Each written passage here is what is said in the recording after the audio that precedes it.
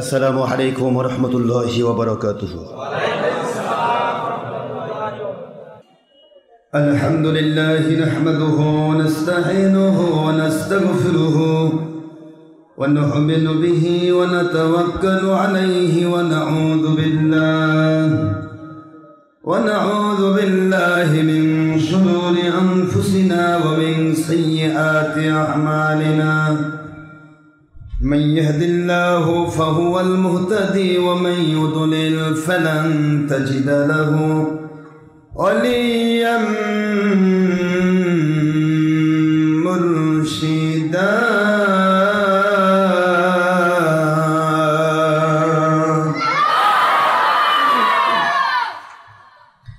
ونشهد أن لا إله إلا الله وحده لا شريك له ونشهد أن سيدنا وسندنا وحبيبنا ومولانا محمدا عبدا شكورا ونبيا رسولا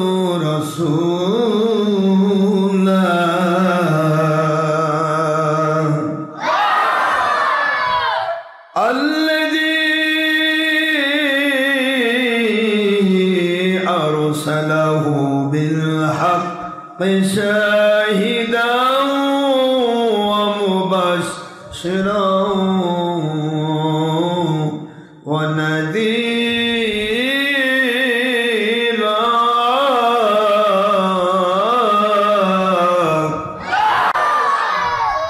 وداعيا إلى الله بإذنه وسراجا وشمسا ونورا وقمرا منيرا. فقد قال الله تعالى في كلامه المجيد وفرقانه الحميد وبرهانه التوحيد والرسالة والولاية والآخرة. أعوذ بالله من الشيطان الرجيم. بسم الله الرحمن الرحيم. إن الله وملائكته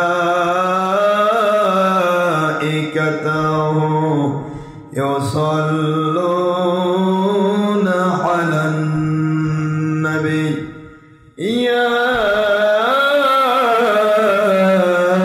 أيها الذين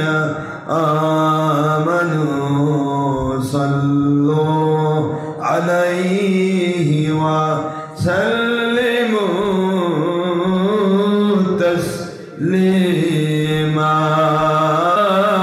اللهم صل على سيدنا مولانا محمد وعلى آل سيدنا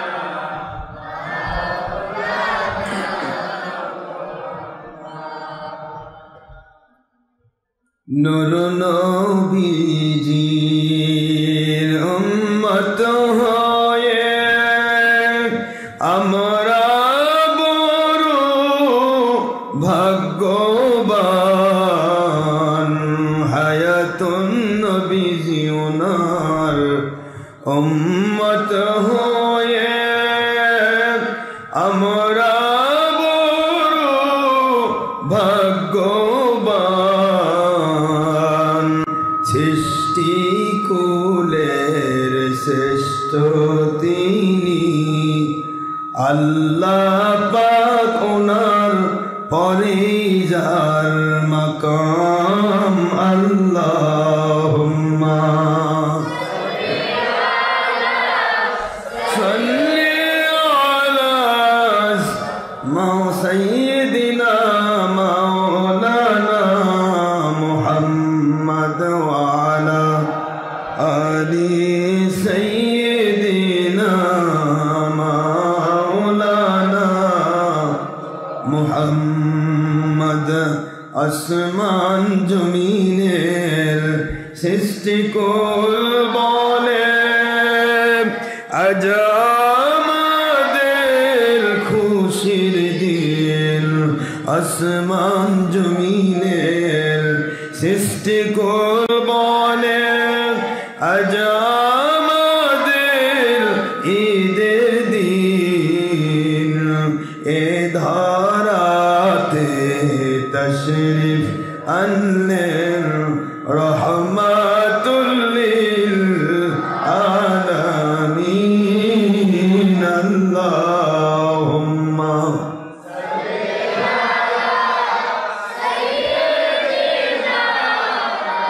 মাওলানা মুহাম্মদ ওয়া আলা আলি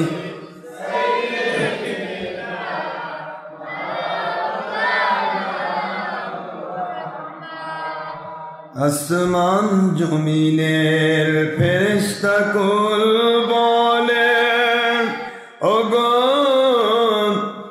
মা আমিনা নবী বিবি আপনার লেহেমে তশরিফ আনলেন শেষ জামানার নূর নবী আল্লাহুম্মা সাল্লি আলা সাইয়্যিদিনা মাওলানা মুহাম্মদ ওয়া আলা আলি সাইয়্যিদিনা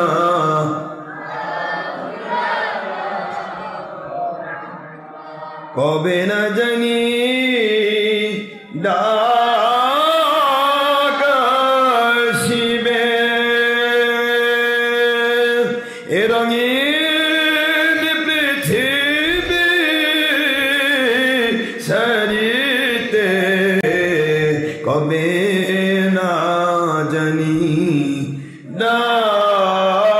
ডাক আসিবে ওই কঠিন কবর মাঝে শুইতে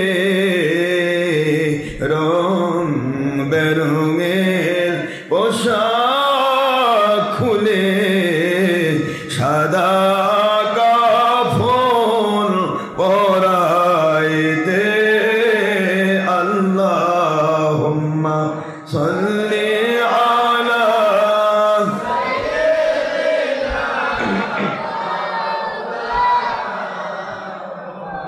وعلى آل سيدنا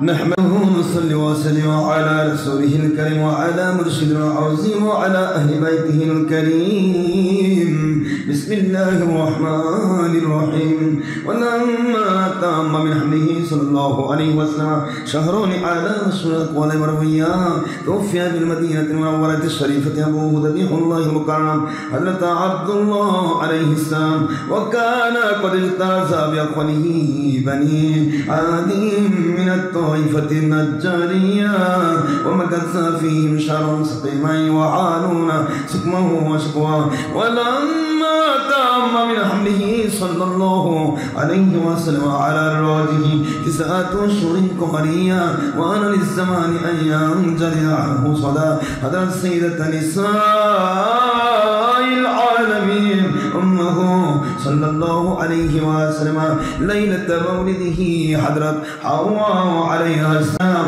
हज़रत सारत अलैहिस्सलाम, हज़रत आसिया अलैहिस्सलाम, हज़रत मरियम अलैहिस्सलाम फी निस्वतिन मिनल हदीरतिल कुदसिया वअख़ज़हा al-मक़ाद ववलदत सय्यिदल मुरसलीन इमामल मुरसलीन खातमन नबिय्यीन नूरल मुजस्सम हबीबल्लाह हयातन नबी आखिर नबी मुहम्मद रसूलुल्लाह सल्लल्लाहु अलैहि वसल्लम नूरन यतला लौसिना सल्लल्लाहु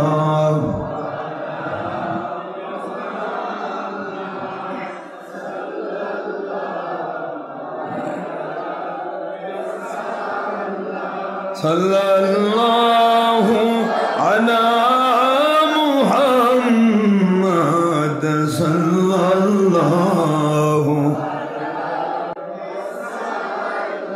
या नबी सलाम अलैका या रसूल सलाम अलैका या हबीब सलाम अलैका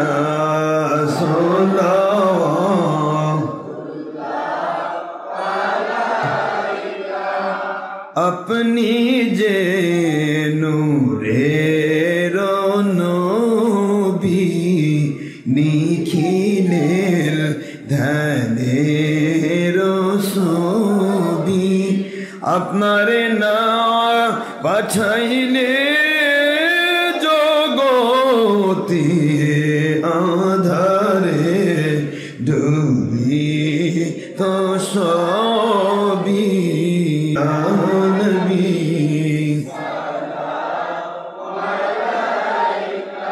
ইয়া রাসূল সালামু আলাইকা ইয়া হাবিব সালামু আলাইকা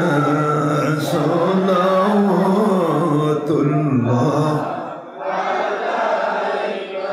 আপনারি নূরের আলোকে জাগরণ এলো ভুলোকে গাহিয়া উঠিল বুলবুল ফুটিল কুসুম ফুলকে নবী সালামু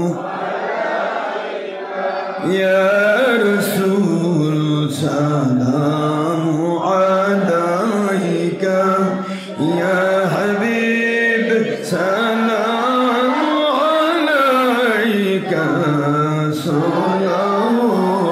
সালাওয়াতুল্লাহ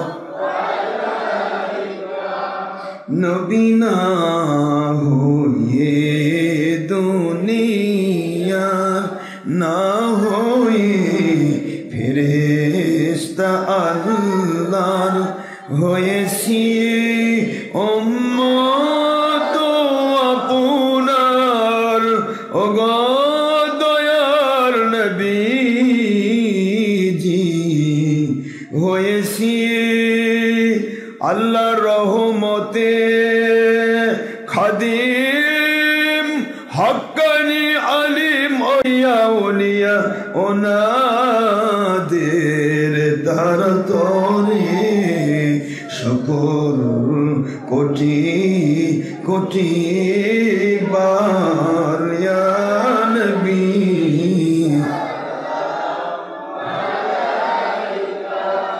ইয়া রাসূল সালামু ইয়া হাবিব সালামু আলাইকা সালাওয়াতুল্লাহ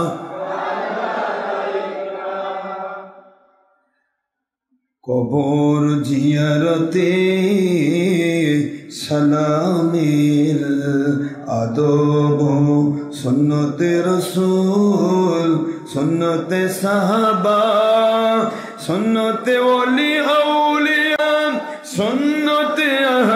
सुन्नत वल जमाअत सुन्नत उम्मत मुस्तहसन दारानु नादरानु बेअदबी আপনার সন ও বাতিল ফিরকা হওয়ার আলামত। সূরা আহজাবের 56 নম্বর আয়াত শরীফ সহ অসংখ্য সহিহ হাদিস যার প্রমাণ। সূরা বাকারা 154, সূরা আলী ইমরান 169 নম্বর আয়াত শরীফ সহ অসংখ্য সহিহ হাদিস দ্বারা প্রমাণিত। ওগো হায়াতুন নবীজি মিলাদ কি আমির বিরোধিতা আপনার শানে দুশ্মনী কোটি কোটি সালাম।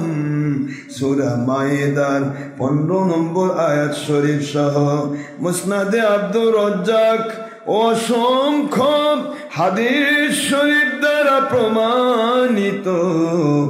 ওগো আল্লাহর সৃষ্টির শ্রেষ্ঠ মানুষ নবী রাসূল আলাইহিমুস সালাম ওনাদের নবী রাসূল আল্লাহ পাক রব্বুল আলামিন ওনার সৃষ্টিকৃত নূরের নবী ইয়া নবী সালাম ইয়া রাসূল সালাম ইয়া হাবিবি সালাম আলাইকা সালাওয়াতুল্লাহ আলাইকা ইয়া রাব্বি সাল্লি ওয়া সাল্লিম দাইমান আবাদান আলা নবিকা খায়রি খালকি কুল্লিহিম। भेजाए रब मेरे दुरूद और सलाम बरगोजिदाए नबी पर अपनी मुदाम बलगल उला बिकमालिही कशफत तुजा बिजमालिही हसूनत जमीउ खिसालिही सल्लु अलैहि व आलिहि अत्तरल्लाहुम्मा कब्रहुल करीम बिअरफिन शदीद मिन सलातिन व तस्लीम। सल्लिमू या कौम बल सल्लु अला सद्रिल अमीन मुस्तफा मा जाअ इल्ला रहमतल लिल आलमीन। अल्हम्दुलिल्लाह। মহান আল্লাহ রব্বুল আলামিন ওনার দরবারে লাখো কোটি শুকরিয়া আদায় করছি, যিনি দয়া করে হেসান করে আমাদেরকে একটি সপ্তাহ পর জান্নাতের বাগানে জান্নাতি মানুষদের সাথে বসার তৌফিক দান করেছেন। আমরা সবাই পড়ছি আলহামদুলিল্লাহ। দরুদ ও সালাম দো জাহানের সৈয়দ সৈয়দুল মুরসালিন ইমামুল মুরসালিন খাতামুন নবিয়্যিন নূরি মুজাসসাম হাবিবুল্লাহ হায়াতুন নবী আখিরি নবী মুহাম্মদুর রাসূলুল্লাহ সাল্লাল্লাহু আলাইহি ওয়াসাল্লাম, যার উপরে দরুদ শরীফ পড়লে এট এ টাইমে কয়েকটা আমল হয়। 1 নম্বর আল্লাহ পাকের হুকুম হিসেবে জিকির হয়ে যায় এবং আল্লাহর ইবাদত হয়ে যায়। 2 নম্বর নবীজি সাল্লাল্লাহু আলাইহি ওয়াসাল্লাম ওনার উপর দোয়া হয়ে যায়, আর দোয়ার একটা আলাদা ইফেক্ট, সেটা হলো যারা নবীর উপর দোয়া দরুদ পড়ে ওই ব্যক্তির উপরে কমপক্ষে একবার দরুদের বিনিময়ে 70 বার রহমত আল্লাহ পাক ঢেলে দেন। এরপরে হচ্ছে হুত্তত আনহু আশরু খতিয়াতি, তাদের জীবনের আমল নামা, মেমোরি কার্ড, যার ভিতরে জীবনের প্রত্যেকটা আমল অডিও ভিডিও রেকর্ড হয়ে আছে, এই মেমোরি কার্ড থেকে প্রত্যেকবার দুরূদের বিনিময়ে 10টি করে গুনাহ আল্লাহ পাক ডিলিট করে দেন, মুছে দেন, মাফ করে দেন। সুবহানাল্লাহ। তারপরে সবচাইতে বড় বিষয় হলো দুরূদ আর সালাম পড়া আল্লাহ পাক রব্বুল আলামিন ওনার সুন্নাত, সুন্নাতুল্লাহ, সুন্নতি আম্বিয়া আলাইহিমুস সালাম, সুন্নতে সাহাবা, সুন্নতে উম্মত মুস্তাহসান। সমস্ত উম্মতের মধ্যে সবচাইতে একটি ভালো আমল, সেটা হলো নবীর উপর দুরূদ আর সালাম পেশ করা। একটু জোরে বলেন সুবহানাল্লাহ। তো দুরূদ সালামের প্রভূত ফজিলত, অবারিত ফজিলত। আর আল্লাহ রব্বুল আলামিন দয়ার সাগর, তিনি দয়া করে আমাদেরকে এমন এক নবীর উপরে দুরূদ সালাম পড়ার তৌফিক দিয়েছেন, যে নবীর উপর দরুদ পড়লে আল্লাহও খুশি হন, নবীজিও খুশি হন। এটা বড় পাওয়া। আল্লাহকে খুশি করা বান্দার জন্য সবচাইতে বড় পাওয়া। আল্লাহ না খুশি করে বান্দার জন্য কোনো কিছু পাওয়া নেই। দুনিয়ার সব পাইলেও কোনো মূল্য নেই, তা হবে মূল্যহীন। যেমন ফেরাউন পেয়েছিল, নমরুদ পেয়েছিল, সাদ্দাত পেয়েছিল, হামান পেয়েছিল, আবু জাহেল, আবু লাহাব পেয়েছিল। দুনিয়ার বড় বড় কাফেরেরা দুনিয়ার অসংখ্য নিয়ামত আল্লাহ পাক তাদের দিয়েছিলেন, কিন্তু তাদের এই পাওয়াটা আসল পাওয়া নয়, কারণ তাদের প্রতি আল্লাহ পাক খুশি ছিলেন না, সন্তুষ্ট ছিলেন না। যার কারণে দুনিয়াতেই আল্লাহ পাক তাদেরকে পাওনা দিয়ে তাদের জীবনে যতগুলা ভালো কাজ রয়েছে সমস্ত ভালো কাজের বিনিময়ে আল্লাহ দুনিয়াতেই দিয়ে দিয়েছেন। কবর থেকে তাদেরকে শূন্য হাতে উঠানো হয়েছে এবং তাদেরকে জাহান্নামের কীট বানানো হবে। নাউযুবিল্লাহ। আমরা দুনিয়াতে যদি মুমিন মুত্তাকি সামান্য একটু কষ্টও পায়, এ কষ্ট পাওয়ার বিভিন্ন কারণ রয়েছে। তার মধ্যে সবচেয়ে বড় কারণ হলো বান্দাটা যত গুনাহ করে ওই গুনাহগুলি কাফফারা করে দেওয়ার জন্য। কথাগুলি বোঝার চেষ্টা করবেন, জ্ঞানীদের জন্য ইশারা যথেষ্ট। গুনাহগুলি যেন মাফ হয়ে যায়, গুনাহগুলি যেন ধুয়ে মুছে যায়, এই জন্য বান্দাকে কিছু কষ্ট দেওয়া হয়, যাদেরকে আল্লাহ ভালোবাসে। কারণ আল্লাহ পাক চান না যে অনাদি অনন্তকালের জীবনে এই বান্দাটা আমার গুনাহ নিয়ে উঠুক, কারণ একে আমি ভালোবাসি। কথা বুঝতে পারেননি? যাকে আল্লাহ পাক ভালোবাসেন তাকে আল্লাহ রব্বুল আলামিন দুনিয়াতে যদি তার কোনো গুনাহ খাতা থাকে ওই গুনাহগুলি আল্লাহ পাক দুনিয়াতেই মিটিয়ে দিতে চান। এখন আপনারা বলেন, কোনো কাপড়ে যদি ময়লা হয়, এ ময়লা সাফ করলে কাপড়ের উপর একটা পেরেশানি হয় না? বারবার সাবান দিতে হয়, বারবার ধাক্কাতে হয়, আঁচড়াতে হয়। এতে কি হয়? কাপড়ের স্ট্রেংথ, কাপড়ের শক্তি, কাপড়ের যে একটা স্বাভাবিকভাবে ভারসাম্য, এটা কিন্তু অনেকাংশে কমে যায়। ঠিক না? ঠিক। আঘাত পাওয়ার কারণে কাপড়টা ধীরে ধীরে ধীরে ধীরে লুজ হয়ে যায়। তো একটা মানুষ দেখবেন ভালো করে, এই কাপড়ের মধ্যে যে কাপড়ে ময়লা হয় না সে কাপড় ধোয়া কম পড়ে, তার স্ট্রেংথ দীর্ঘদিন স্বাভাবিক থাকে। যে কাপড়ে ময়লা হয়নি ওকে ধোয়া দরকার আছে?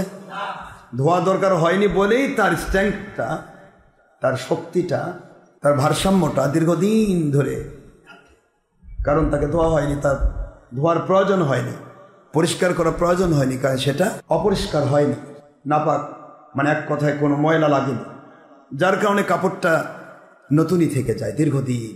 যে মানুষগুলি গুনাহ কম করে এই মানুষটিকে বেশি কষ্ট দেওয়া লাগে না, ধুইতে হয় না, যার কারণে এদের স্ট্রেংথ, এদের জীবনী শক্তি আল্লাহ পাক বাড়িয়ে দেন, জীবনী শক্তি বেড়ে যায়। কিন্তু যারা গুনাহ করে, গুনার সাথে সাথেই তাকে আল্লাহ পাক তো তার প্রতি সন্তুষ্ট। আল্লাহ যার উপরে সন্তুষ্ট আছে সে গুনাহ করলে আল্লাহ চুপ করে থাকেন না, হয় আল্লাহ তাকে ক্ষমা করে দেন, নয়তোবা তার উপর কিছু পেরেশানি দিয়ে ওই ধোয়া মতো, যেরকম সাবান লাগানো, সোডা লাগানো, আছাড় দেওয়া, একটু কষ্ট দেওয়া, একটু রোগ ব্যাধি দেওয়া, একটু তার পেরেশানি দেওয়া, একটু তাকে অর্থনৈতিক মন্দায় ফেলা, আর একটু ব্যবসায়িক মন্দায় ফেলা, অথবা চাকরিতে একটু সমস্যায় পড়া, বিভিন্ন রকমের টেনশন ওই মানুষটাকে ঘিরে ফেলে শুধুমাত্র তার জীবনের গুণাগুলিকে মিটিয়ে দেওয়ার জন্য। গুণাগুলি মিটিয়ে দিলেই এই মানুষটা হয়ে যায় নিষ্পাপ, মাসুম। আল্লাহ পাক এইভাবে ধুইতে ধুইতে ফিনিশিং পর্যায়ে যখন ইন্তেকাল করবে, এই সময় গিয়ে যখন আল্লাহ দেখেন বান্দাটা আরও কিছু গুনাহ রয়ে গেছে, তখন এই বান্দাটিকে মৃত্যুর সময় কষ্ট দেওয়া হয়, যাতে করে মৃত্যুর কষ্টর মধ্য দিয়ে তার জীবনের সব গুনাহ সাফ হয়ে যায়, সে যেন আল্লাহ পাকের কাছে কমপ্লিটলি জান্নাতি মানুষ হিসেবে পৌঁছতে পারে। এটা আল্লাহ পাক প্রদত্ত নিয়ামত। এটা হাদিস শরীফে এসেছে, মুসলিম শরীফের হাদিসে। অনেক কাফের মুশরিক বেদিন বদ্দিন তাদের মৃত্যু অত্যন্ত সহজ হয়। দেখবেন সমাজের অনেক খারাপ মানুষ রয়েছে, যেই মানুষগুলির মৃত্যু অতীব সহজ হয়। মানুষ দেখে মনে করে লোকটা এত খারাপ ছিল, অথচ কি সুন্দরভাবে মৃত্যু হলো। কিন্তু বোঝার ভুল। যে ব্যক্তিটা খারাপ ছিল, যার আচরণে পৃথিবী মানুষ কষ্ট পেয়েছে, আল্লাহ এবং রসুলের হুকুম মোতাবেক যে চলে নাই, এই ব্যক্তির মৃত্যু যদি ভালো হয়, তাহলে বুঝবেন তার জীবনের যে ভালো ভালো কাজগুলি রয়েছে, প্রত্যেকটা মানুষের ভালো কাজ আছে। কোনো মানুষকে উপকার করা, কোনো মানুষকে একটু পানি পান করানো, কাউকে একটু খাদ্য খাওয়ানো, কোনো জায়গায় একটু দান সৎকা করা, কোনো মানুষের যে কোনো ক্ষেত্রে বিপদ থেকে মুক্তির চেষ্টা করা, এ ধরনের প্রত্যেকটা খারাপ মানুষের কিন্তু বিভিন্ন সাইডে ভালো ভালো আমল রয়েছে। এখন এই আমলগুলির একটা ফজিলত তার আছে। এই ফজিলতগুলি, এই পাওনাগুলি মিটিয়ে দেওয়ার জন্য, যেহেতু আল্লাহ পাক তাকে জান্নাতি দেখতে চান না, তাকে আল্লাহ ভালোবাসেন না, যেহেতু তার ভিতরে ঈমান নামক সম্পদটা নেই, যার কারণেই মহান আল্লাহ পাক এই বান্দাগুলোকে দুনিয়াতে বেশ স্বাচ্ছন্দ্য, সুখ স্বাচ্ছন্দ্য, তার পারিবারিক, তার সামাজিক বিভিন্নভাবে তাকে উন্নীত করানো হয়, যাতে করে জীবনের যে পাওনাগুলা দুনিয়াতে মিটে যায়। কথা কি বুঝতে পারেন না? জীবনে যে ভালো কাজগুলি করেছিল তার পাওনাগুলি দুনিয়াতে মিটে যায়। ফেরাউন কেন বিশ্বের ভালো একজন শাসক হলো? কারণ তার জীবনে অনেক ভালো কাজ ছিল, দুশ্মনী ছিল শুধু নবী এবং আল্লাহ, কিন্তু কাজগুলি ছিল ভালো। দুনিয়াতে শাসক গোষ্ঠী যারা হয়, শাসক গোষ্ঠী অযথাই হয় না, তাদের প্রত্যেকেরই কোনো না কোনো ভালো কাজ থাকে। এই ভালো কাজগুলি এক এক সাইডে করে মানুষকে, কেউ মানুষের কল্যাণ করে, মানুষের কাছ থেকে তাদের মহব্বত লুটিয়ে নেয়, তাদের যেই সিম্প্যাথি একটা ব্যাপার, সহানুভূতি, এগুলি সে মানুষের কাছ থেকে পাওয়ার মতো যোগ্যতা হাসিল করে। কেন করে?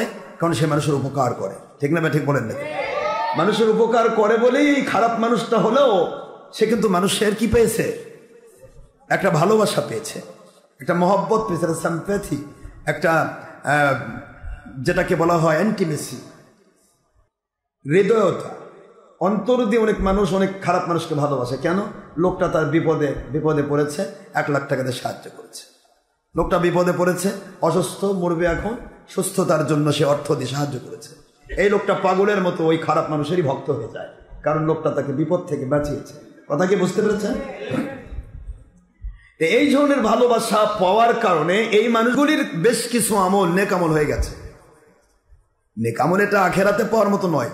আখেরাতে নেকামলের বদলা পাওয়ার প্রথম সবচাইতে বড় একটা যোগ্যতা, তার নাম হলো ঈমান। ঈমান ছাড়া আখেরাতে সে কোনো ভালো কাজের মর্যাদা পাবে না। ঈমান হলো তার সবচাইতে বড় একটা যোগ্যতা। আর ঈমান সমস্ত আমল কবুল হওয়ার শর্ত যেমন ঈমান, আর ঈমান এবং আকীদার কবুল হওয়ার শর্ত হলো নবীজি পাক সাল্লাল্লাহু আলাইহি সাল্লামকে জীবনের চাইতে বেশি ভালোবাসা দেওয়া। আমল কবুলের শর্ত ঈমান, আর ঈমান কবুলের শর্ত নবীজিকে জীবনের চাইতে বেশি ভালোবাসা দেওয়া। সুবহানাল্লাহ বলবেন না? এই জন্য আখিরাতের মর্যাদা যেহেতু কাফের, কুফফার, মুশরিক বা দুনিয়ার খারাপ মানুষেরা পাবে না, যার কারণে আল্লাহ রাব্বুল আলামিন ওই মানুষগুলোকে দুনিয়াতে বিভিন্ন ক্ষেত্রে সন্তান দিয়ে সাহায্য করেন, অর্থ দিয়ে সাহায্য করেন, ক্ষমতা দিয়ে সাহায্য করেন, দুনিয়াতে অনেক রকমের নিয়ামত দিয়ে তাকে ভরে দেন। আল্লাহ রাব্বুল আলামিন রহমতের ফেরেশতাদেরকে বলেন, রে ফেরেশতারা, এদের পাওনা শুধু দুনিয়ার ক্ষণস্থায়ী জীবন। এই ক্ষণস্থায়ী জীবনেও যদি একটু কিছু না দেয়, তাহলে আমি আল্লাহ পাক রব্বুল আলামিন, আমি যে বান্দার উপরে, আমি যে দয়াশীল, আমি যে বান্দার প্রতি স্নেহশীল, মায়া মমতাশীল, এইটা প্রমাণিত হবে না। যার কারণে যিনি দুনিয়াতে যত ভালো আমল করে, কাফের কুফার মুশরিক অথবা খারাপ মানুষ যদি হয়, এই ভালো মানুষের মর্যাদাগুলি দুনিয়াতে আল্লাহ পাক দিয়ে শেষ করে দেন। সমস্ত আমলগুলি দুনিয়াতে দিয়ে আল্লাহ শেষ করেন। এই শেষ করে দেওয়ার মূল কারণ হচ্ছে তার জীবনের নেক আমলগুলি। যেহেতু এই নেক আমলের মর্যাদা সে কবর থেকে জান্নাত পর্যন্ত পাবে না। কিন্তু আল্লাহ পাকের একটা নাম আদেল। আল্লাহ পাক ন্যায়পরায়ণ। এই ন্যায়পরায়ণও তার ভিত্তি রক্ষার্থে আল্লাহ পাক খারাপ মানুষদেরকেও তার সমস্ত ভালো আমলের মর্যাদাগুলি দুনিয়াতে দান করেন। যারা বলুন সুবহানাল্লাহ। খারাপ মানুষদেরকেও দুনিয়াতে দান করেন। কেন? কারণ খারাপ মানুষগুলি তো কোনো না কোনো ভালো কাজ করেছে। এটা ন্যায়পরায়ণতার প্রতি একটা স্বাভাবিকভাবে প্রশ্ন আসবে যে আল্লাহ পাক রব্বুল আলামিন এত ন্যায়পরায়ণ, আমি এতগুলি মানুষের ভালো করলাম, দুনিয়ার মানুষের উপকার করলাম, আল্লাহকে না হয় ডাকিনি, নবীকে না হয় ডাকিনি, সেটা তো আমি আল্লাহ এবং নবীর ঈমানও আনিনি, আমি কাফের, নাউজুবিল্লাহ। সে কাফের, কিন্তু এই কাফেরটাও ন্যায়পরায়ণতার আশা করে। কথা বলছেন না কেন? কাফেরটাও কি আশা করে? আমার কথা বুঝতে কি আপনাদের অসুবিধা হচ্ছে? একজন অমুসলিমও কিন্তু ন্যায়পরায়ণতার আশা করে। আল্লাহ পাক তো ন্যায়পরায়ণ নাকি? তিনি ন্যায়পরায়ণ, তার মতো ন্যায়পরায়ণ পৃথিবীতে আর কেউ নেই। তো কাজেই কোনো কাফের ভালো কাজ করবে তার কোনো মর্যাদাই পাবে না, এইটা হতে পারে না। এই জন্য তাদেরকে দুনিয়াতে বেশ কিছু সুবিধা আল্লাহ পাক লুট করার সুযোগ দেন। এরা সুবিধা লুট করবে, কিন্তু সেটা সামান্য 60 বছর 50 বছরের জন্য। আল্লাহ পাক রহমতের ফেরেশতাদেরকে বলেন, আর রহমতের ফেরেশতারা আমার একজন মুমিন মুত্তাকি, একজন আল্লাহওয়ালা বান্দা সামান্য ঈমান নিয়ে যে কবরে আসবে, তার পারিশ্রমিকটা কি দেওয়া হবে? রহমতের ফেরেশতা বলে, আল্লাহ একজন ঈমানদার, নবী প্রেমিক, আল্লাহ প্রেমিক, একজন সাধারণ দরজার মুমিনকে যেই জান্নাত দেওয়া হবে অনাদি অনন্তকালে বসবাসের জন্য, এই জান্নাতের পরিধি হবে আরদুহা কাআরদিস সামাওয়াতি ওয়াল আরদ, আসমান আর জমিনের মাঝখানের পুরা ফাঁকা জায়গার সমান একটা জান্নাত অনাদি অনন্তকালের জন্য তাকে জান্নাতের বাদশা বানিয়ে দেওয়া হবে। একটা মুমিন মুত্তাকি যদি সামান্যতম এই ঈমান, নবী প্রেম, আল্লাহ প্রেম, এই ঈমান নিয়ে যদি কবরে যায়, এই বান্দায় যদি আসমান জমিনের সমান জান্নাত অনাদি অনন্তকাল পেয়ে যায়, এর সুবিধা যদি ভোগ করতে পারে, তাহলে দুনিয়াতে যারা আল্লাহ এবং নবীকে মানে নাই, তাদেরকে মাত্র 20-30 বছর, 10 বছর, 50 বছর দুনিয়াতে সামান্য একটু সুবিধা যদি না দেওয়া হয়, এটা তো মানাই না।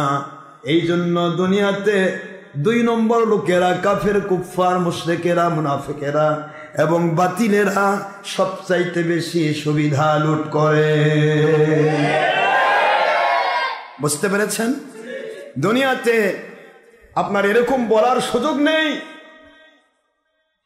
যা পাক আমি এত আমল করি, আমি এত ইবাদত করি, আমি হক পথের পথিক, আমি হকের দাওয়াত সিদ্দিকিয়া দরবারের একজন সৈনিক, আমি আল্লাহর নবী প্রেমিক, আল্লাহ পাকের মহব্বত নিয়ে নামাজ রোজা হজ যাকাত করি, ভালো কাজ করি, মন্দ কাজ ছাড়ি, আমারই এত বিপদ, আমার বাড়িতে এত বিপদ কেন, আমার কেন বাড়িতে অসুস্থ, আমি কেন অসুস্থ, আমার কেন অভাব, এ ধরনের কথা বলার কোনো মুমিনের মুখে শোভা পায় না। কারণ মুমিন আপনার জন্য পৃথিবীটা এইটুকুই, আপনার আমার সকলের গুনাহ আছে না নাই? জোরে বলেন। গুনাহ বাদ দেন, সব ধরনের গুনাহ বাদ দেন, ফুটাগুলা বন্ধ করেন, দেখেন আপনিও দুনিয়াতে সব নিয়ামতে ভরে যাবে। কারণ আপনাকে আল্লাহ পাক নিষ্পাপ রাখতে চান। আল্লাহ পাক চাওয়াটাই হলো আপনি নিষ্পাপ অবস্থায় দুনিয়াতে থাকবেন, কবরে নিষ্পাপ অবস্থায় উঠবেন, এটা আল্লাহর চাহিদা। তাহলে এটা কি আল্লাহ পাক রব্বুল আলামিন চান? এটা কি আপনার আমার দৃষ্টিতে ঠিক না ব্যাঠিক? ঠিক না? এই জন্য ইবলিস শয়তান এত বড় মালউন, অভিশপ্ত হওয়ার পরেও কিন্তু সে আল্লাহর কাছে এই ন্যায়পূর্ণতার বিচার চাইছিল। আয় আল্লাহ, আপনি আমাকে এত কিছু পাওয়ার দিলেন, যেই পাওয়ারে রহমতের সকল ফেরেশতার উস্তাদ হয়ে গেলাম, যে পাওয়ারে 6 লক্ষ মতান্তরে 9.5 লক্ষ বৎসর ইবাদত করতে পারলাম, এত পাওয়ার দিলেন, সারা দুনিয়ার সমস্ত জায়গাতে সেজদা দেওয়ার ক্ষমতা দিলেন, সুবহানাল্লাহ বলেন। এত ক্ষমতা দিলেন, পাওয়ার দিলেন, আপনার ইবাদত করার জন্য আপনার রহমতের ফেরেশতার উস্তাদের মর্যাদা আপনি দান করলেন।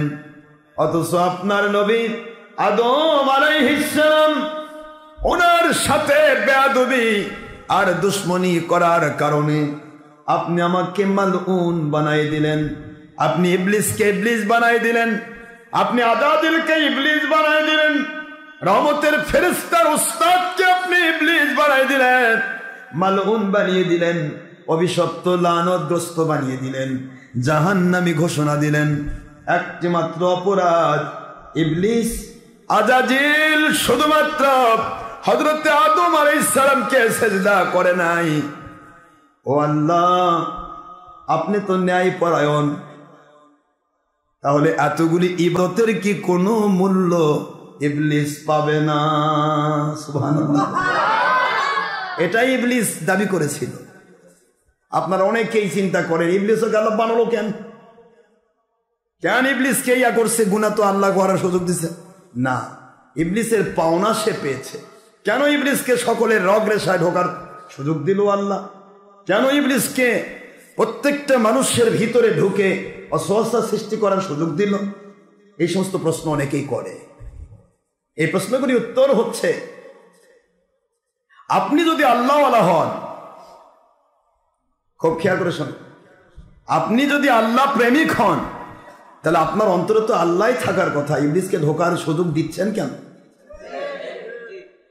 যার ভিতরে আল্লাহ পাক রব্বুল আলামিনের মহব্বত, নবীজির মহব্বত সদা সর্বদা ঢোকা থাকে, কল্পটা ভরা থাকে, একটা মেয়েতে যদি ওয়াজ দিয়ে ভরা থাকে, ওর ভিতরে কেউ কি কোনো গান বাজনা ঢুকাতে পারবে? কথা বোঝেন নাই? এখন আপনি আল্লাহর মহব্বত, নবীর মহব্বত ভিতরে ঢুকান নাই, ঢুকালেও একটু রাখছেন, একটু ফাঁকা, ওই ফাঁকাটাই গান দিয়ে ভরে দিয়েছে আরেকজন। কথা বোঝেন না? গুনাহ দিয়ে ভরে দিয়েছে। ঠিক ওই রকম আপনি পরিপূর্ণ আল্লাহ এবং নবী প্রেমিক হয়ে যান, দেখেন আপনার ভিতরে ইবলিস কোনো স্থানই পাবে না। ইবলিসটাও ওই রকমই, আপনার ভিতরে ফাঁকা জায়গা, মেমোরি কার্ডটার মধ্যে ইবলিস একটু ঢুকে যেতে চায়। এই ঢুকে যাওয়াটা যদি আপনি বন্ধ করে দিতে পারেন, তাহলে ইবলিস আর ভিতরে ঢুকতে, আমরা ঢোকার সুযোগ করে দিয়েছি। আপনি টাকা পয়সা নিয়ে এসে বাড়িতে রাখছেন, চারদিকে বেড়া না দিয়া, তালা না দিয়া যদি এমনিতে খুলে রাখেন, চোর তো সুযোগ নেবেই। কথা বলে না, চোর সুযোগ নেবে না? আপনার টাকা তো চোর দেখেছে, আপনি ব্যাংক থেকে 5 লাখ বা 10 লাখ বা 50 লাখ বা 1 কোটি টাকা তুলে নিয়ে আসলেন, চোর দেখো রাস্তাঘাটে নিতে চাইছিল কিন্তু পারে নাই আপনার প্রোটেকশনের কারণে। আপনি বাসায় নিয়ে রাখলেন, চোর আপনার বাসা দেখলো। চোর শুধু খুঁজবে যে কোন দিক দিয়ে ঢোকা যায়, কথা কন না কেন, তাই নয় কি? এখন আপনি যদি চোরকে ঢুকতে না দেন, ঢুকতে পারবে? আপনার বাসা চারদিকে প্রোটেক্টেড, আপনি বাসায় তালা মেরে রেখেছেন, কোনো দিক দিয়ে চোর ঢোকার সুযোগ আছে? কিন্তু আপনি এখন টাকাও নিয়ে আসছেন, সম্পদও ভরা, আবার গেটের তালাও খুলে রাখছেন, কথা বল না কেন? কি খুলে রাখছেন? গেটের তালা খুলে রাখছেন, গেট খুলে রাখছেন। চোর বলতেছে যা, টাকা যখন নিয়ে আসছে ভিতরে যদি ঢোকা পারি, কোনো না কোনো দিক থেকে চুরি করা পারবে, ঠিক না? ঠিক বল। চোর সুযোগ নেবে, ভিতরে ঢুকে দেখলো যে আলমারি তো তালা নেই, এখন আলমারি তো চোর ঢুকবে, কথা বলুন কেন? এখন আপনি সম্পদ নিয়ে যাচ্ছেন, আল্লাহর ওলির দরবারে গেলেন, এক জামানা সোহবতে বা আউলিয়া, এক জামানা সোহবতে বা আউলিয়া, বেহতরাজ সাদ সোনে তো আত বেরিয়া, বেহতরাজ সাদ সোনে তো আত বেরিয়া।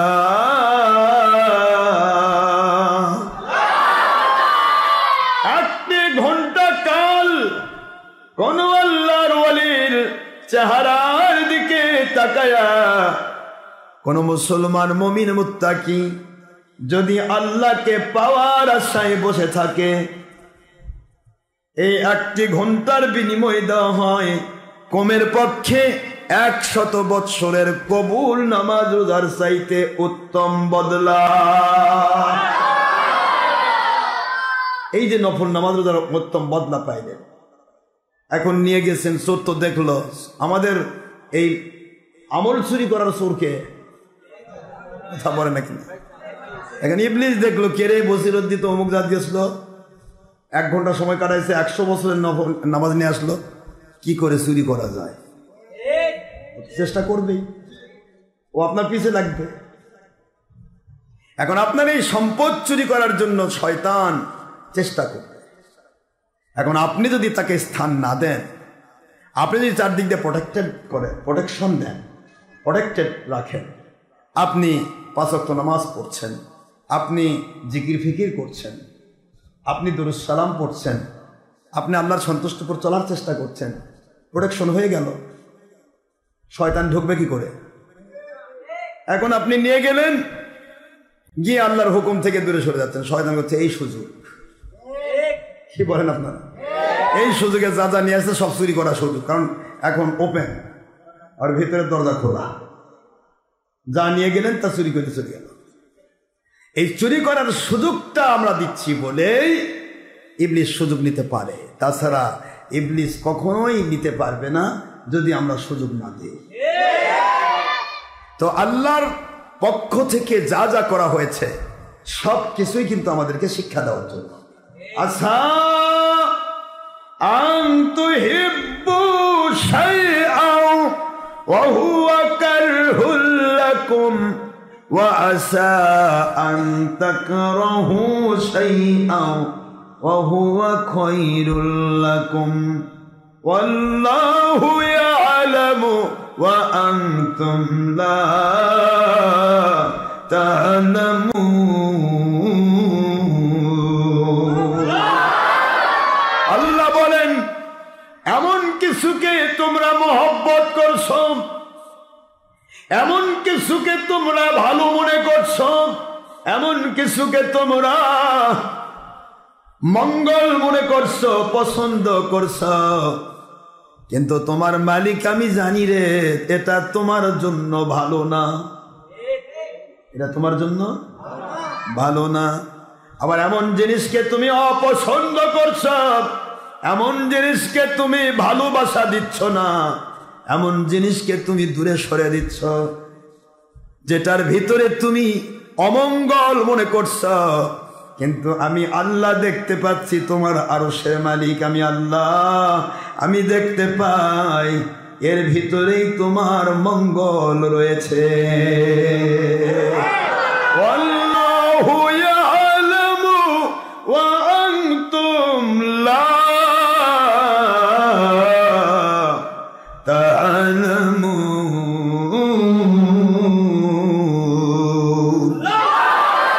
আল্লাহ বলেন আমি জানি কিন্তু তোমরা তা জানো। আপনি মনে মনে ভাবতেছেন না জানি লোকটা বোধহয় কত শান্তিতে আছে, বলে এত শান্তি। আল্লাহ কয় শান্তি ওরা আছে না, ওরা তো আমি জানি, তুই জানিস না।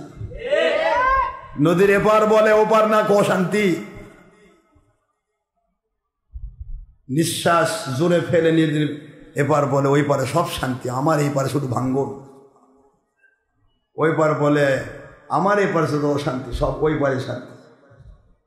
এরকম কিছু মানুষ আছে, পরশ্রী কাতর কিছু পুরুষ মহিলা আছে, পরের স্ত্রী দেখে কাতর হয়ে যায়। কথা বোঝেননি? পরের স্ত্রী দেখে কাতর হয়ে যায়। হাই রে কি ভালো ওটা, আমার কিছু নাই। মেয়ে মানুষের অমুকের স্বামী কত ভালো, আমার স্বামী কিচ্ছু না। পুরুষ মানুষকে মনে করে বই কত ভালো, আমার বউ ভালো না। কিন্তু ওর বউ তাই করছে। কথা বলেন না কেন? ওর বউ তাই বলতেছে অমুকের স্বামী ভালো, আমার স্বামী ভালো না। এটা একটা শয়তানি ধোঁকা, শয়তানি শান্তি আপনার মধ্যে। এটা মুখস্থ রাখবেন, যার জন্য যেটা শান্তিদায়ক সেটাই মালিক কবুল করেছেন। এটা মনে রাখবেন, যার জন্য যে অর্থটা শান্তিদায়ক সেটাই কবুল করেছেন। এর মধ্যে আপনার নিঃশ্বাস ফেলার কোনো দরকার নাই, এর মধ্যে আপনার কষ্ট নেওয়ার কোনো দরকার নাই, পরশ্রী কাতর হওয়ার দরকার নেই। দেখতে খাজায় অনেক কিছু, ভিতরে কিছু নেই। আপনি রাস্তাঘাটে দেখেন কত গাড়ি, এক কোম্পানির গাড়ি 500, খবরে দেখা গেল 1000 গাড়ির ঋণ ওর ব্যাংকে জমা পড়ে আছে, গাড়ি চালাচ্ছে 500। কথা বলেন, দেখেন গাড়ি চালাচ্ছে 500 গাড়ি রোডে চলছে, কিন্তু সরকার কাছ থেকে ঋণ নিয়েছে 1000 গাড়ি। কোন বা সময় গাড়িটা রেখে বিদেশে ফেলে যাবে। এরকম কোম্পানি আছে না নাই? কয়টা নেবেন আপনি? বিশাল বড় বিজনেস। দেখতে দেখা যাচ্ছে বাপরে কয়েক হাজার কোটি টাকার সম্পদ, এত বড় বিজনেস। খবরে দেখা যাচ্ছে ওটা যদি 10,000 কোটি টাকার সম্পদ হয়, 20,000 কোটি টাকা সরকারের কাছে তার ঋণ আছে। আপনি দেখতে পাচ্ছেন অনেক, আপনার বাড়িতে কিছুই নেই কিন্তু আপনার ঋণ নেই। এটা শান্তি নয়? কথা বলছেন না কেন? যতটুকু আছে এর মধ্যে শান্তি নেবেন, এটা আমি বারবার বলি। শুকরিয়া করুন। ধান আর চিটা ধানের দৃষ্টান্ত আমি কতবার দিয়েছি। চিটা ধান আর ধানের মধ্যে দৃষ্টান্ত আছে না? চিটা কেন হয়? আল্লাহ কি ইচ্ছা করে বানায়? কি ঠেকা আল্লাহ? ধান আর চিটার ভিতরে পার্থক্য। চিটা কেন হলো, ধান কেন হতে পারলো না?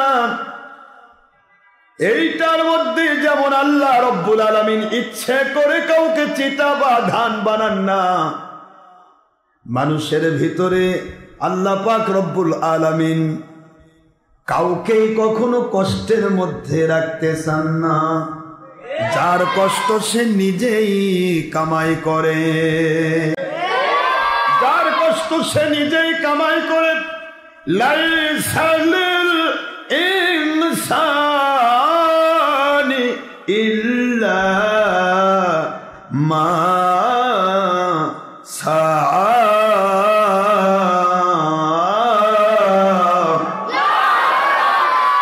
আল্লাহ বলেন তুমি কি চাও, কি পাও, সবই তোমার নিজের কামাই। বলুন সুবহানাল্লাহ।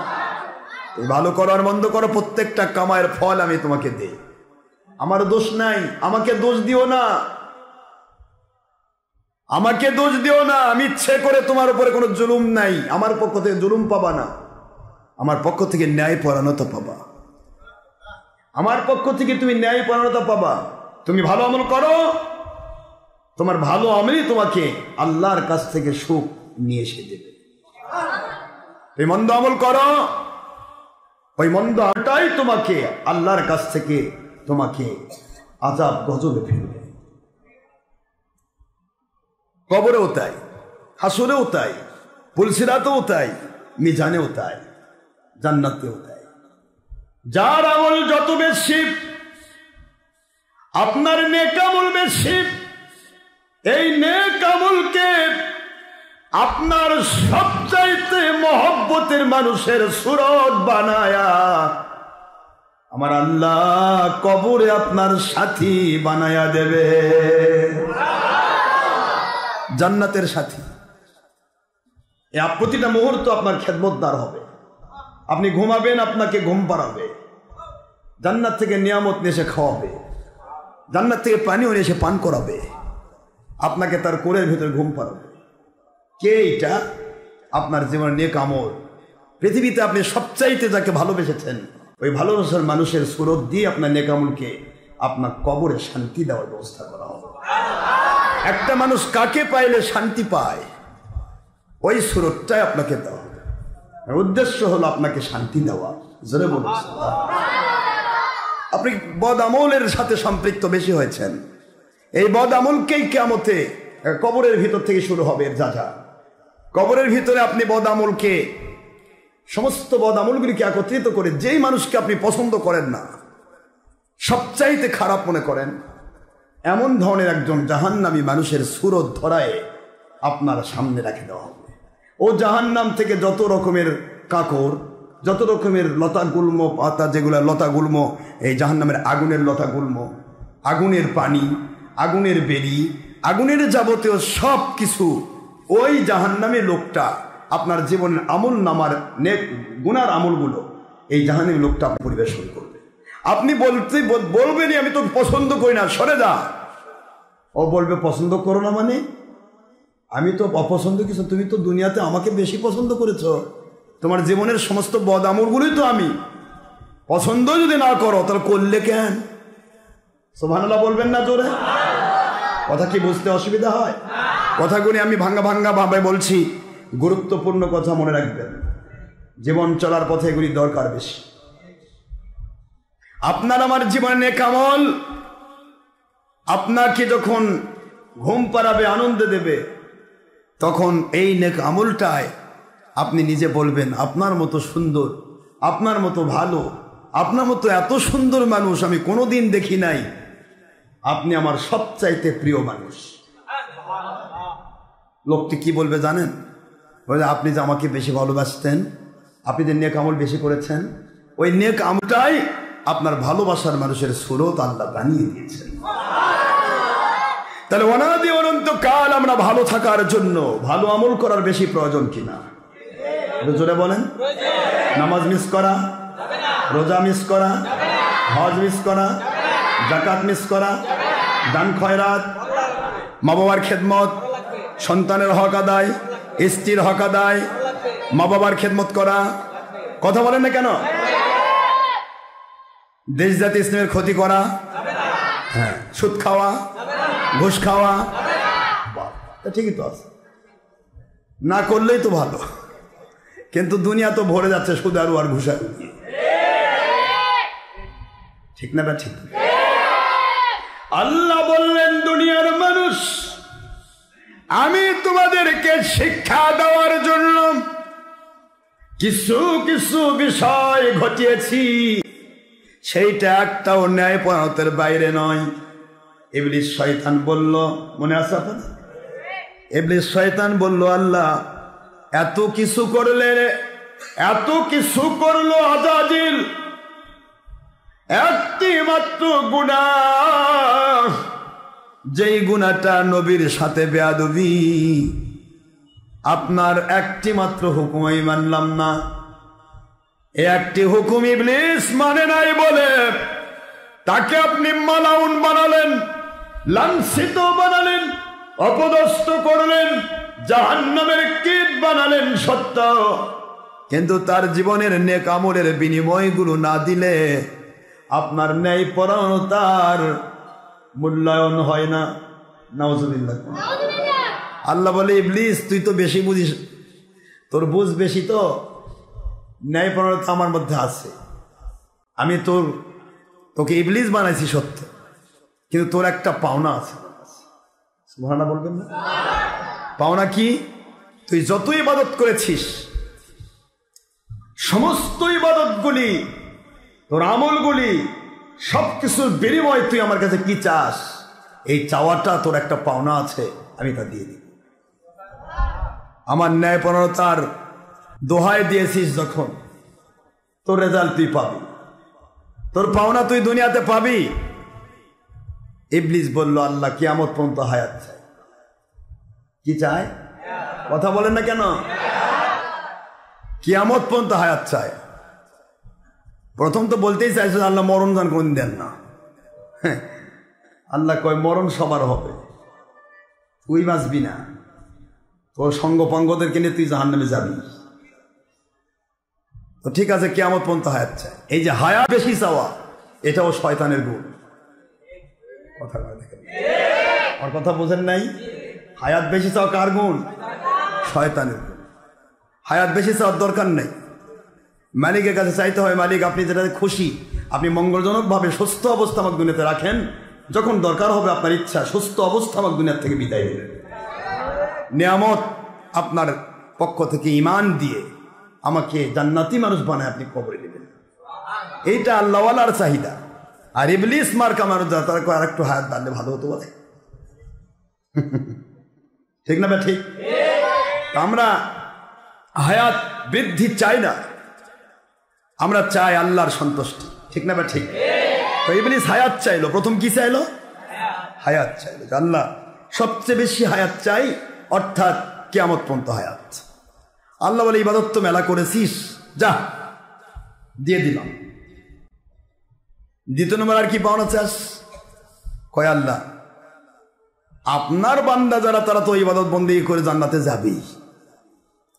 যেই আদমের জন্য জাহান্নামী হলো ইবলিস, সে আদম সন্তানের পিছে না লাগে তো পারি না, ওরা যাতে জাহান্নাতে না যায়, জাহান্নামে যায়, এই চেষ্টা তো করার সুযোগ তো আছে ইবলিসের।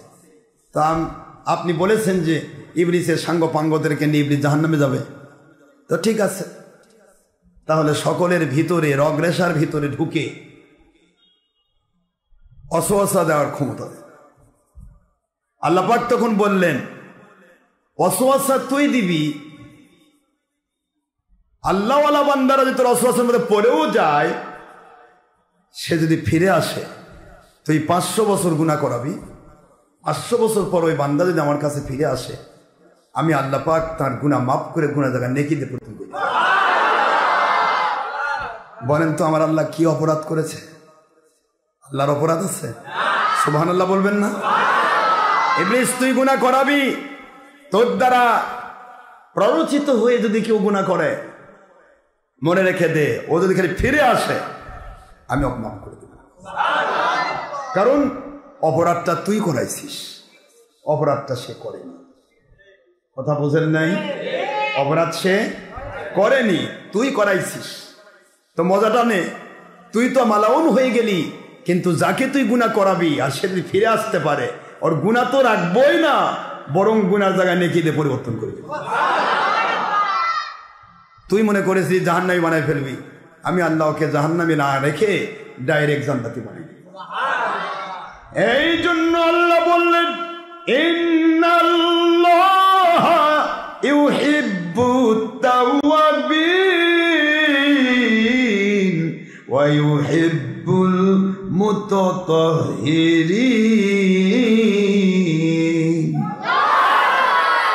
ওয়া ইউহিব্বুল মুতাতাহহিরিন।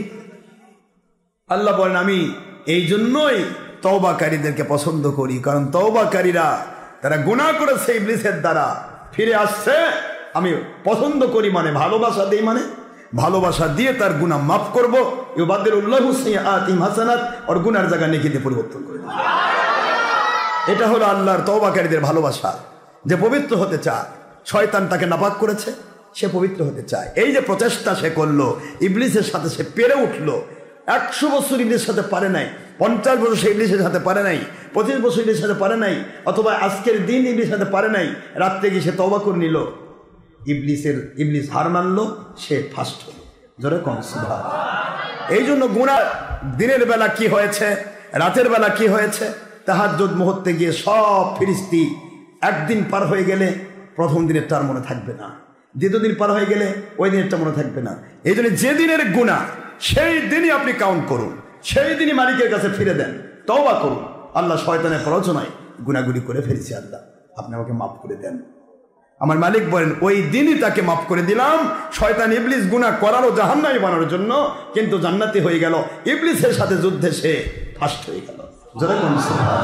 সে জিহাদে ফার্স্ট হয়েছে। এই জন্য ইবলিসের সাথে পেরে ওঠার মূল ব্যাপার হচ্ছে গুনাহ করতে গিয়ে গুনাহ না করা। এটা হলো সবচেয়ে বড় ইবলিসের উপরে গালেব হওয়া, বিজয় লাভ করা।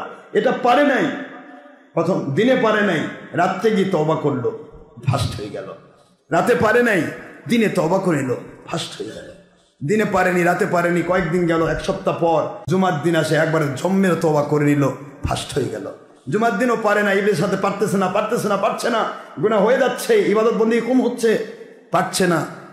লাস্টে যে কোনো একটা অকেশন, শবে বরাতের রাত, শবে কদরের রাত, তারপরে বিভিন্ন অনুষ্ঠানে এসে আল্লাহ, ঈদে মিলাদুন্নবীর রাত, বিভিন্ন অনুষ্ঠানে এসে আল্লাহর কাছে কাঁদার মতো কাঁদলো। ওই দিন ইবলিসের উপরে সে ফার্স্ট হয়ে গেল, সে যুদ্ধে বিজয় লাভ করলো। এই বিজয় লাভটা শয়তানরা চায় না, এই বিজয় লাভটা ইবলিস শয়তান চায় না। যে ইবলিসের উপর বিজয় লাভ করা মানে তার 50 বছর ধরে গুনাহ করিয়েছে ইবলিস, এটা ইবলিসের টাইম লস হয়ে গেল, প্রচেষ্টা ফেল হয়ে গেল। যার কারণে ইবলিস হাজার চেষ্টা করে মানুষগুলি কি করে তওবা না করে, কি করে যেখানে গেলে তওবা হয় সেখান পর্যন্ত না পৌঁছে। এই জন্য যেই মুন্সিদের মাথায় ইবলিস ভর করে, ওই মুন্সিদের মুখে আসে ওলিয়া উলিয়ার দরবারে যাওয়া যাবে না। কারণ ইবলিস তো একা বললে কেউ শুনবে না। এলাকার হুজুরের মাথা যদি ভর করে বলে ওই হুজুর ভণ্ড, ওর কাছে যাওয়া যাবে না। ওর কাছে গেলে ইবলিস জানে ওর কাছে গেলে গুনাহ মাফ হয়ে যাবে, গুনাহ মাফ হয়ে গেলে ইবলিসের লস, প্রচেষ্টা ফেল। যার কারণে কোনো এক হুজুরের মাথা ভর করলো, সেই হুজুর বলে দিল হুজুরের কাছে যাওয়া যাবে না। এই হুজুরের আওতায় যে লোকটা ধোকা খাইলো, এই লোকটাই গুনাহ থেকে বাঁচতে পারলো না, সেই ইবলিসের কাছে ধরা খেয়ে বসে থাকলো। ইবলিসের কাছ থেকে ধরা খাওয়া আর ইবলিসকে ধরা খাওয়ানো, এই দুইটার মধ্যে পার্থক্যই হচ্ছে বাতিল ফেরকার নেংটি ধরা, ইবলিসের কাছে ধরা খাওয়া। হক্কানি উলিল আমর ওলিয়া উলিয়ার কাছে যেতে পারা, ইবলিসকে ধরা খাওয়ানো। যারা বলুন সুবহানাল্লাহ। ইবলিস চায় না যেখানে গেলে গুনাহ মাফ হয়ে যায়, এই জায়গাতে কোনো লোক যাক, এটা ইবলিস চায় না। যেই রাতে আল্লাহ গুনাহ মাফ করে, ইবলিস চায় না ওই রাতে কেউ ইবাদত করুক। যার কারণে 2 নম্বর মুন্সি মাথার পরে ভর করে কয় শবে বরাতে আবার কই পাইলো, ঈদে মিলাদুন্নবী কই পাইলো, কারণ ওই দিন গুনাহ মাফ হয়ে যাবে। ইবলিস ওর মাথার ভর করে বকরা বকাচ্ছে, আর ওই বকরার আওতায় যে পড়েছে সে ধোকা খাইছে। কথা বলছেন না কেন? এই ধোকা খাওয়া মানুষগুলিকে আমি বলছি, আল্লাহ পাক নিজে ঘোষণা দিয়েছেন, আল্লাহ পাক তওবাকারীদের পছন্দ করেন। আর তওবাকারী যারা হয় তারা একা একা তওবা করতে পারে না, কোনো না কোনো ওলির কাছে গিয়ে তওবা করতে হয়। বাবাজির আমার, আমি আপনাদের কার কষ্ট দিতে চাই না, শুধু এইটুকু বলতে চাই আমরা যেন ভুল না করি। জীবন চলার পথটা বড় কঠিন। আপনি যখন অর্থওয়ালা হবেন তখন আপনার সোর্স থেকে প্রোটেকশন যেমন বেশি দিতে হয়, আপনি যখন নেক আমলওয়ালা হবেন, আপনি যখন সত্যবাদী হবেন, আপনি যখন সত্যপন্থী হবেন, আপনি যখন হকের দাওয়াতের পক্ষে হবেন, হক মানে আল্লাহ, দাওয়াত মানে আহ্বান, আল্লাহ দাওয়াতের আহ্বান, সত্যের দাওয়াতের আহ্বান, এর সাথে যখন আপনি সম্পৃক্ত হবেন, তখন শয়তান থেকেও আপনাকে বেশি প্রোটেকশন দিতে হবে। যার সম্পদ যত বেশি, তার প্রোটেকশন তত বেশি দিতে হবে। যার সম্পদ নেই, ভিক্ষুকের সম্পদ নাই, বেড়ার বাড়ির মধ্যে থাকলেও কেউ চুরি করে না, জানে ঝোলা লাঠি দরকার নেই। কথা বলে না কেন? তো বাতিল 72 ফেরকা ওরা যদি আজগবি কোনো জাত পড়ে থাকে, তবুও শয়তানের কাছে যাবে না। শয়তান জানে যে নিঃস্ব, নিবোটা কি, ও তো আমার চাইতে বড় দরদানে বসে আছে।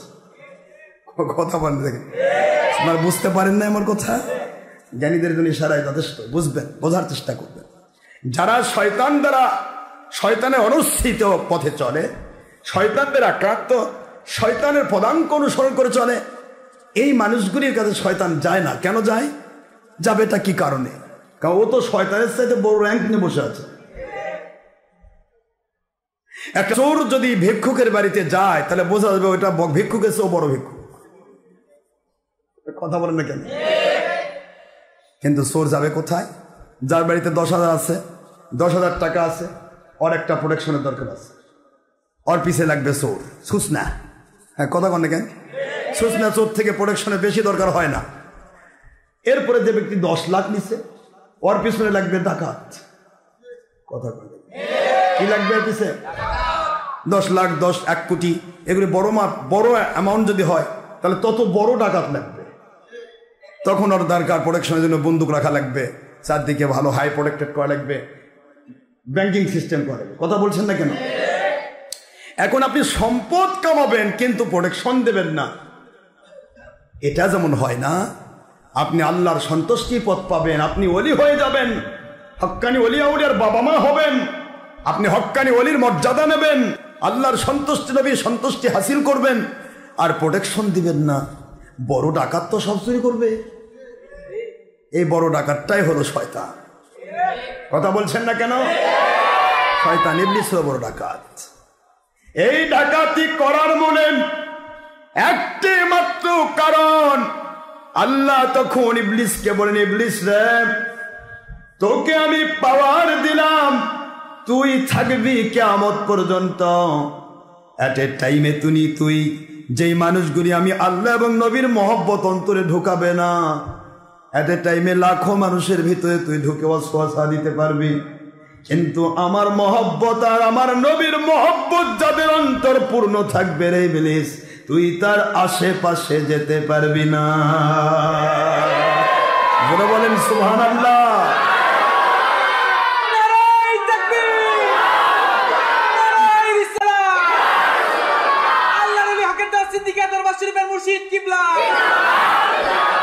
ওদের প্রোটেকশন দেওয়ার দায়িত্ব আমার। যারা বলুন সুবহানাল্লাহ।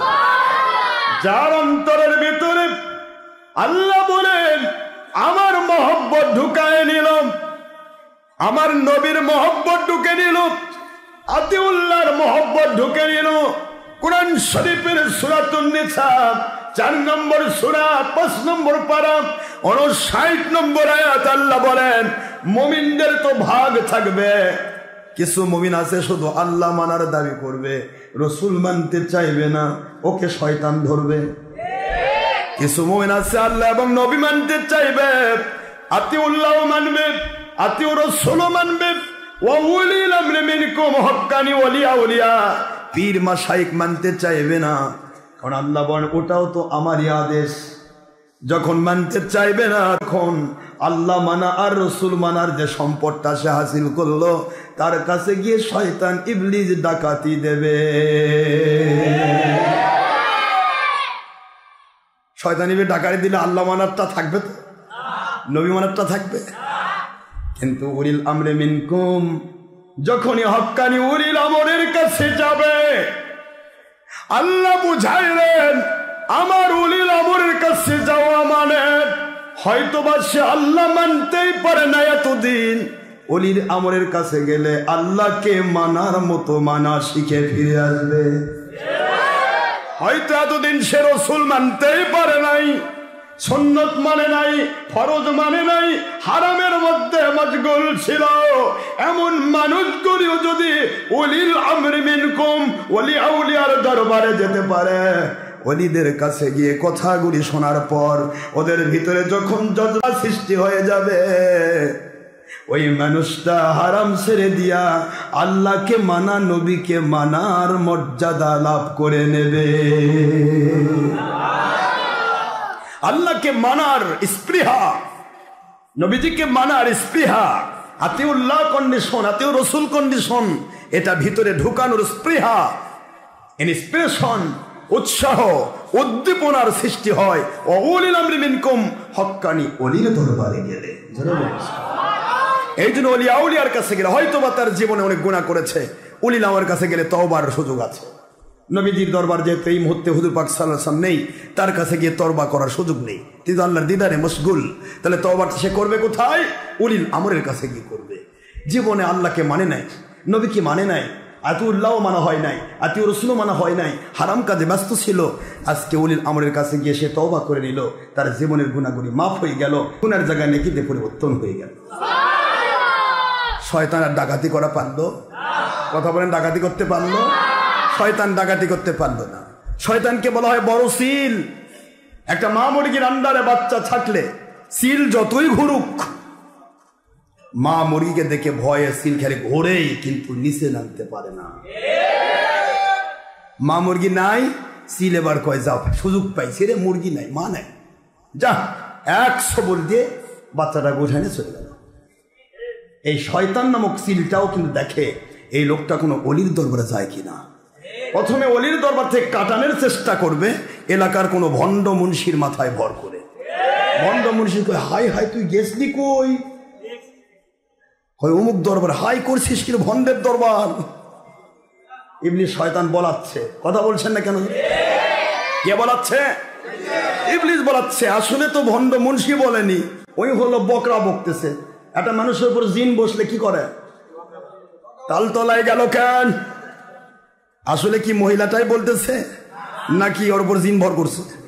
তো জিন যখন ভর করে তখন তো ওই তো বকরা বকা শুরু করে। এই 2 নম্বর মুন্সির মাথায় ভর করে, হাই হাই গেছলি কই? ওই অমুক জায়গায়। আরে অর্থে যাত্রা দেখা ভালো, কারণ ওখানে গেলে গুনাহ হয়, তওবা করার সুযোগ নেই।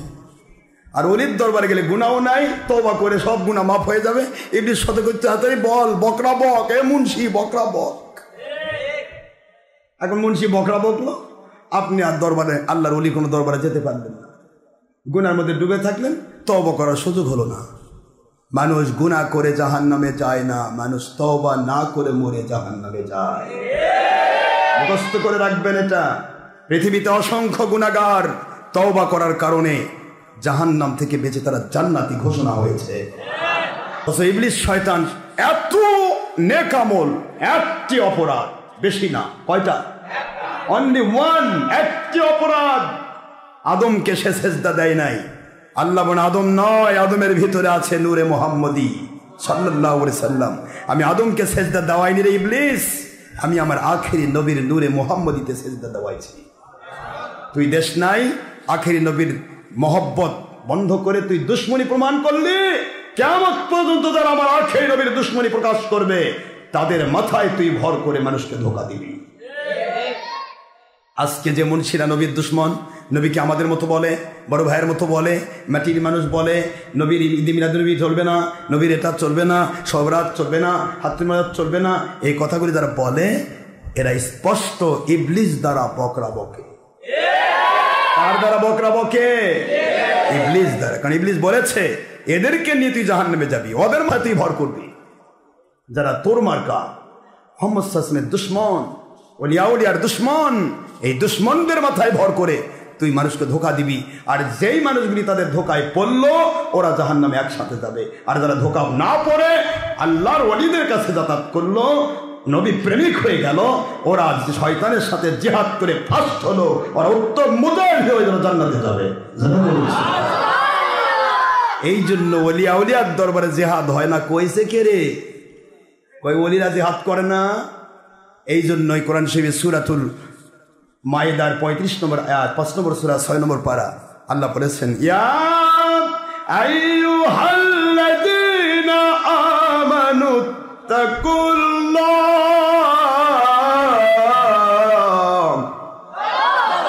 হে দুনিয়ার মুমিনেরা, আল্লাহকে ভয় করো। সুবহানাল্লাহ। কি ব্যাপারে ভয় করা? কি ব্যাপারে তুমি মুমিন ভয় করবে? ওয়াত্তাকু ইলাইহিল ওয়াসিলা। আমি আল্লাহকে পাওয়ার জন্য ওসিলা তালাশ করো। আমার কাছে গুনাহ মাফ হওয়ার জন্য, তওবা কবুল হওয়ার জন্য, ওয়াজ নসিহত কবুল হওয়ার জন্য, নামাজ রোজা হজ জাকাত কবুল হওয়ার জন্য, আমল কবুল হওয়ার জন্য, ঈমান কবুল হওয়ার জন্য, আকীদা কবুল হওয়ার জন্য একটা ওসিলার দরকার। ওই ওসিলা হলো ওই ওলি, যে ওলির কাছে গেলে তওবা হয়, গুনাহ মাফ হয়, আল্লাহ এবং নবীকে মানার মতো মানা যায়, নিয়ামত এবং বরকত পাওয়া যায়। জোরে করুন সুবহানাল্লাহ। আবতাগু ইলাইহিল ওসিলা ওয়া জাহিদু ফি সাবিলিহি লাআল্লাকুম তুফলিহুন।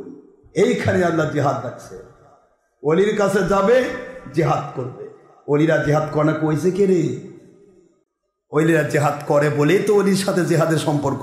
আর ওই জেহাদটা মানুষ খুন নয়, মানুষের পায়ের রক কাটা নয়, ওই জিহাদটা গাছ কাটে রাস্তা ফেলান নয়, ওই জিহাদটা মানুষ খুন করা নয়, ওই জিহাদটা রিক্সাওয়ালার রিক্সা আগুন দিয়ে সরকার ঠেকানোর নাম করে শয়তানি করা নয়।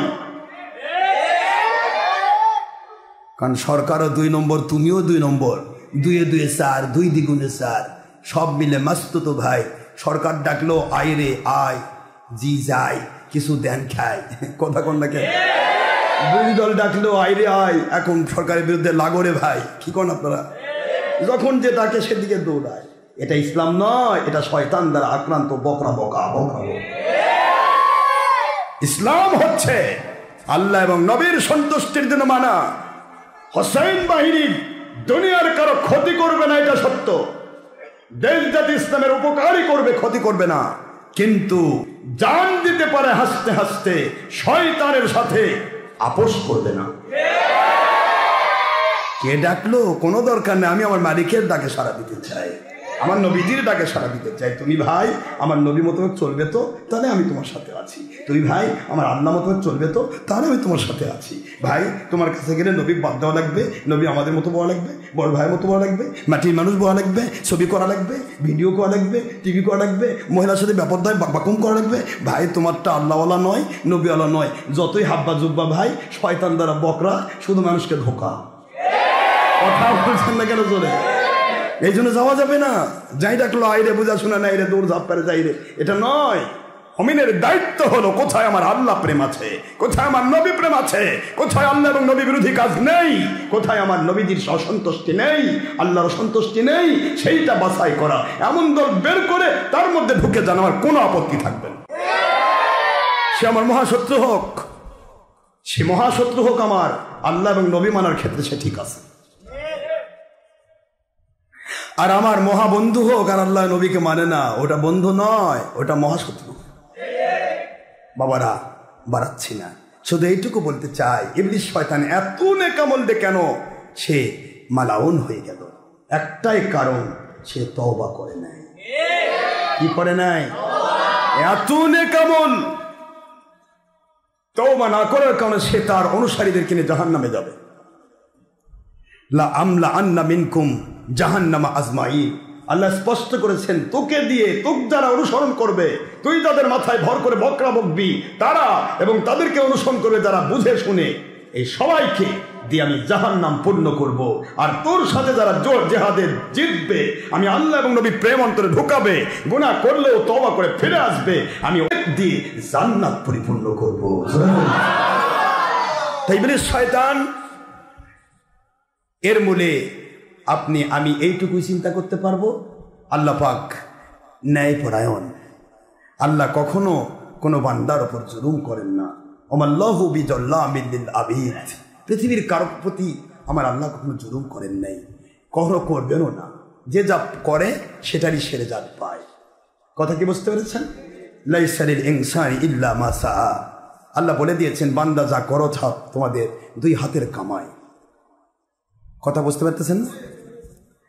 জোহর আল ফাসাদু মাহফিল বারর বাহার বিমা কাসাবাত আইদিন নাস।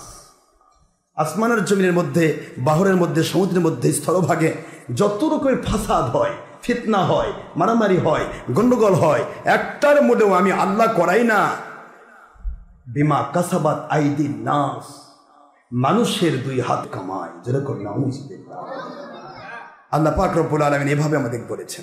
এই জন্য আমরা বাবাজিরা ওলিয়া আউলিয়ার দরবারে গেলে আপনার ঈমান তাজা হবে, আপনার গুনাহ মাফ হবে, আপনি প্রতি ঘন্টার বিনিময়ে 100 বছরের নফল নামাজ রোজা সওয়াব পাবেন।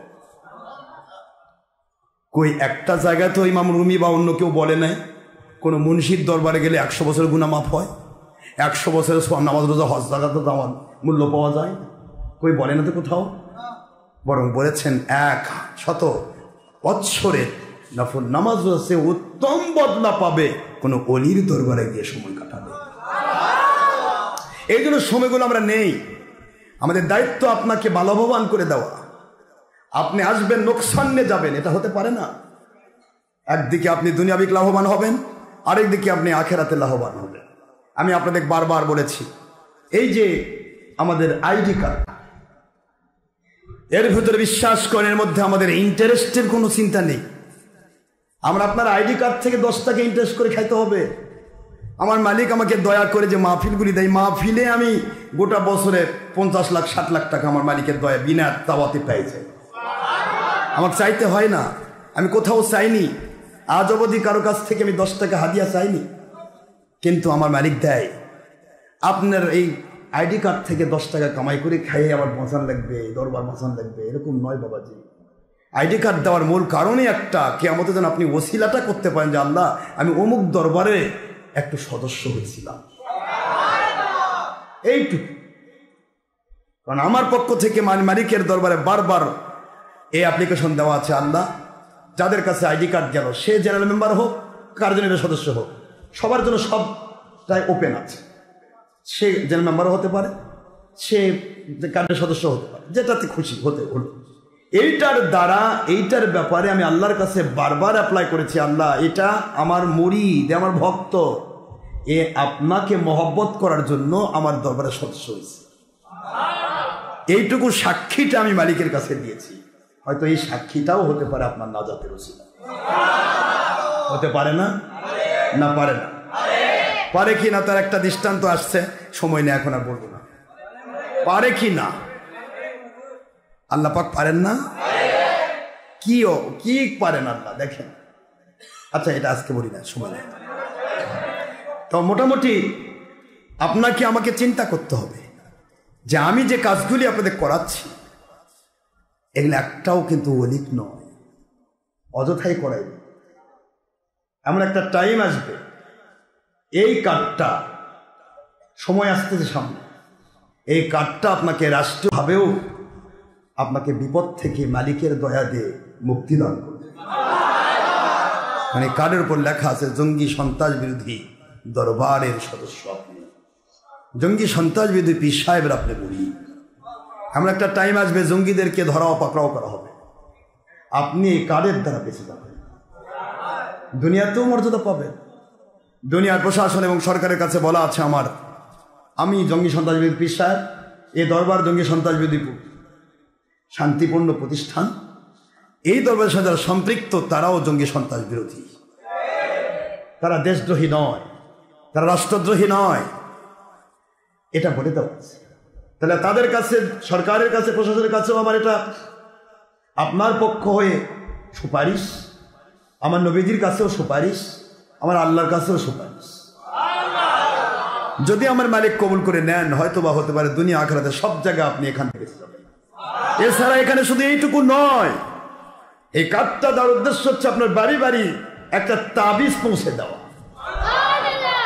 তাবিজ শব্দের অর্থ বোঝেন? যে মানুষকে বিভিন্ন বিপদ থেকে রক্ষা করে, এর নাম তাবিজ। আমরা বলি না আউযু বিল্লাহি মিনাশ শাইতানির রাজিম। এই তাউজ আশ্রয় চাওয়া আল্লাহর কাছে। আমার এই তাবিজ এটা আপনাকে দিয়েছি, আল্লাহর কাছে আমি আশ্রয় চেয়েছি। আল্লাহ যার কাছে এই তাবিজ থাকলো আপনি তাকে সকল বিপদ থেকে মুক্তি দেন। উদ্দেশ্য কিন্তু এইটা। এই জন্য আমার কোনো একজন ভক্ত, কোন পীরের মুরিদ আমি জানতে চাই না, এর মধ্যে ভক্ত আছে, মুরিদ আছে, অবলিগ আছে। মুরিদ হলে মুরিদ, ভক্ত হলে ভক্ত। একজন ভক্ত যেন বাদ পড়ে না এই গোল্ডেন সনদ নেওয়া, আমি এটা অনুরোধ করব। একজন ভক্ত যেন বাদ পড়ে না, এটা বারবার বলছি, আমি এটাও বলেছি। এটা কে অলিক মনে করবেন না, এর মধ্যে অনেক কিছু আছে। আর মালিক যদি দয়া করেন, বাতিল ফেরকা অনেকে তো বলেই দিছে যে 26 সালের মধ্যে নাকি ইমাম মাহদী হাসান আসতেছে। বাতিল ফেরকারা বেশি চিনে তো, ওরা একবার টাইম টেবিল বলে দিছে। আমি টাইম বলতে পারবো না, আমার মালিক ভালো জানে। আমার মালিক যদি ইচ্ছা করে 26 সালেও আসবে, না হলে আবার 2126 সে মালিকের ইচ্ছা। তবে মালিক পাঠাবেন ইমাম মাহদী আলাইহিস সালামকে। কথার কথা, ইমাম মাহদী আলাইহিস সালাম যদি এই মুহূর্তে নাজিল হয়ে যায়, ইনশাআল্লাহ আপনাদের এই গোল্ডেন সনদই ইমাম মাহদীর সৈনিক হওয়ার ক্ষেত্রে আপনাকে সহায়তা করবে।